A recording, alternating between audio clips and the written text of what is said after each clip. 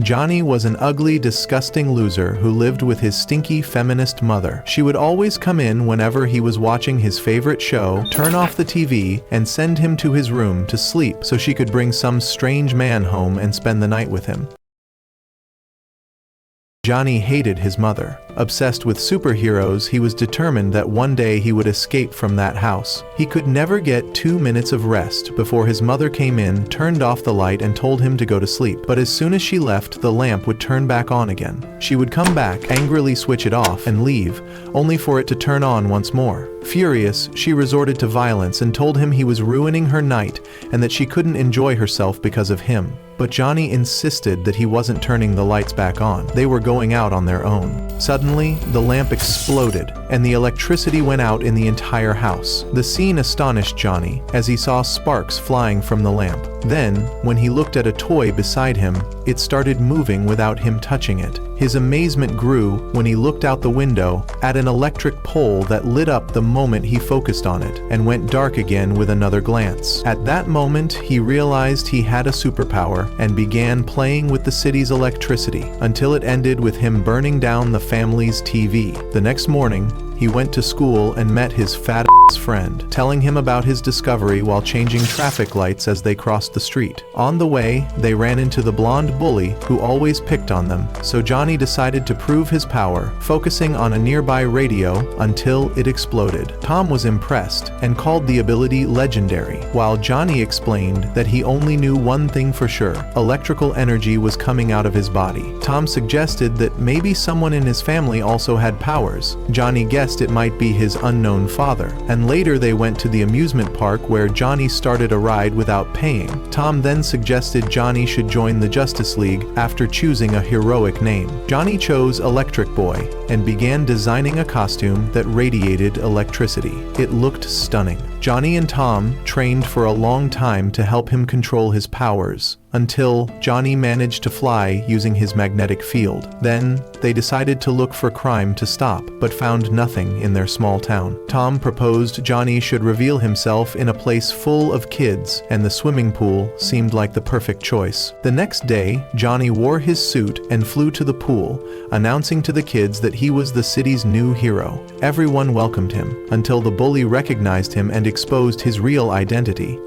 Embarrassed, Johnny lost control of his power and fell into the water. At that moment, an electric charge burst from his body, spreading through the pool and killing everyone in it. Panic broke out. People fled into the streets, causing driver confusion, crashes, and even a truck hitting a gas station, resulting in a massive explosion. The peaceful city fell into chaos. In the worst heroic debut ever, Johnny was shocked and told Tom he hadn't meant it, but Tom asked what they were going to do now. At that moment, a nearby ATM started spewing out cash, inspiring Johnny with a new idea about how to use his powers. 10 years later, in Supermax Prison, reserved for villains with superhuman abilities, where each inmate wore restraints that blocked their powers, Johnny the Thunderbolt was finally released at the age of 20. He had been arrested during a robbery and sentenced to 8 months. When he got out, his girlfriend Casey was waiting for him and took him home, where his friends surprised him with a wild party full of booze and women. At the same time, villains in prison were toasting the name of Mr. Mats, recalling his youthful power and mentioning an old story when the criminal Danny stole $5 million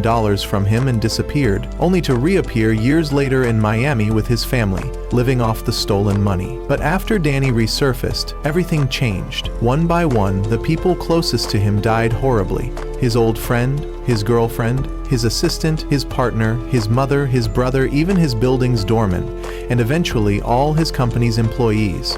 In total, 241 people he knew were killed, their heads exploding one after another. Danny fled with his wife into the forest, but she too was struck by a violent headache before her head burst in front of him. At that moment, Mats appeared behind him. Danny begged him to finish him off too, but Mats refused, saying what had already happened was punishment enough. It was Mats' favorite way of psychologically torturing his enemies, breaking them until they eventually killed themselves. That was in the past.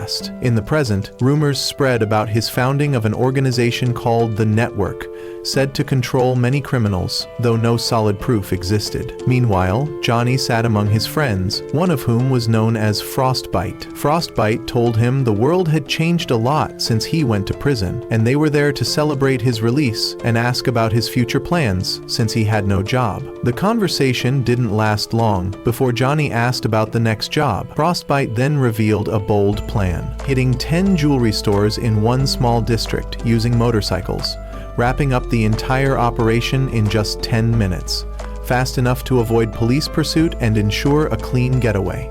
He added that the area had very little crime, so the appearance of superheroes was unlikely. Johnny asked who had come up with the plan, and Frostbite admitted it was him.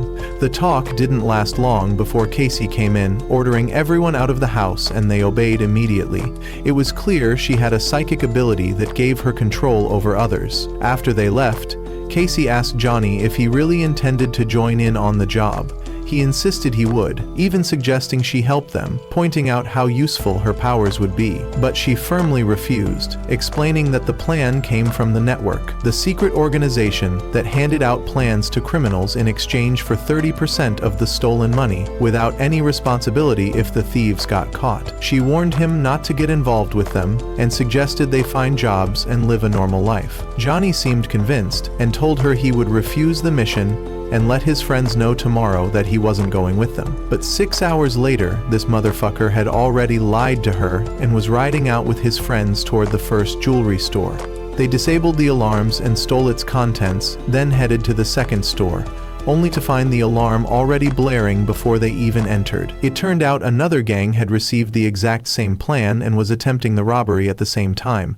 They rushed to escape on their bikes, but the police surrounded them in large numbers and blocked the streets. Johnny used his power to stop the cars and make them crash, but the police were already waiting on the other side. That's when the Shifter, a member of their crew with the ability of teleportation, stepped in and instantly transported them to another street. Their faces were soon plastered all over the news channels, and the story reached Casey, who watched in shock on TV. The police requested the help of superheroes, and one of them happened to be nearby. He arrived quickly, carried by 4 drones, a legendary giant known as Mountain Man. He began hurling cars at them to slow them down. They tried to flee at full speed, but he was faster. Johnny confronted him, blasting him with electricity to no effect.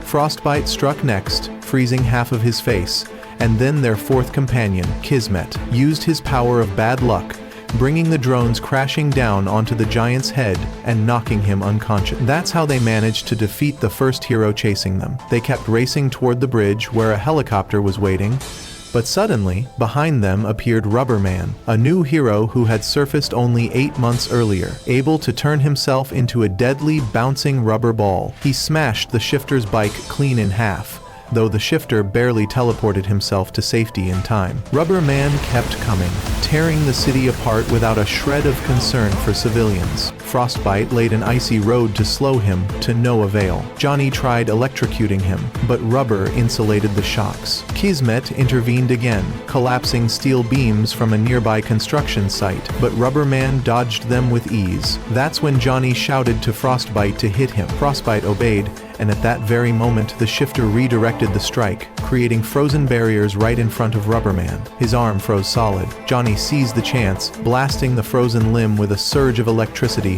while Frostbite rammed him with his bike, shattering his leg so badly it would need plates and screws. And just like that, they had taken down 2 heroes. Only minutes remained before they could reach the bridge and escape on the helicopter. Suddenly, the 4 of them were teleported again, this time right into the heart of the city. Waiting for them was a hero famous among the people, one everyone knew as Praetori. He possessed a legendary power even among superhumans, multiplicity. He could wield 200 different abilities, sometimes without even knowing which one would come out next. In their clash, he first used teleportation, planting them right in front of him. Then he switched to duplication, creating 3 perfect copies of himself. Now it was 4 versus 4, each clone wielding a different power. The crew scattered scattered in a desperate bid to escape. Frostbite ran into the woods, but Praetori pursued him with a blazing fire attack. Frostbite countered with his ice, evaporating the flames mid-air. But Praetori gave him no chance, charging in and striking him hard, sending him flying upward. Then he shot after him, slamming him down into the ground with brutal force. Known for his ruthlessness, he followed up with 30 consecutive punches before grinding Frostbite's head into the dirt. Meanwhile, Praetori's second clone faced Kismet. Kismet tried unleashing his bad luck aura, but Praetori reflected it back on him with the power of reversal. Suddenly, tilapia fish rained from the sky, followed by a massive shark that fell right on top of Kismet, swallowing him whole. Praetori dragged him back out, barely alive. At the same time, Johnny and the Shifter tried to flee, but Praetori appeared before them again using teleportation. One blow knocked the Shifter across the street, another smashed a car beside him, leaving Johnny alone. Praetori struck him down too. Lying on the ground, Johnny shouted that he would never allow himself to be captured again. He activated every car headlight in the street, then launched himself forward in a desperate sprint. But before he could escape, all of Praetori's clones appeared around him. Seeing his friends defeated, Johnny grew desperate and yelled that 4 against 1 wasn't fair. Praetori merged all his copies back into himself and said coldly, "Now it's fair." He approached and asked Johnny whether this was his first crime or if he had already been in prison before. Johnny spat back that it was none of his business. In a flash, Praetori appeared right behind him, demanding an answer. Finally, Johnny admitted he had gotten out of prison just yesterday. Praetori smirked, saying that stealing the very next day would weigh on his conscience if he simply threw him back behind bars. So he decided to give Johnny one last chance, warning him this would be his final one. He told him, and all his friends, that he never wanted to see their faces again. Then Praetori soared off into the sky. The 4 of them didn't understand why he had let them go, but it all became clear when Casey appeared in front of Johnny and pulled him away in her car.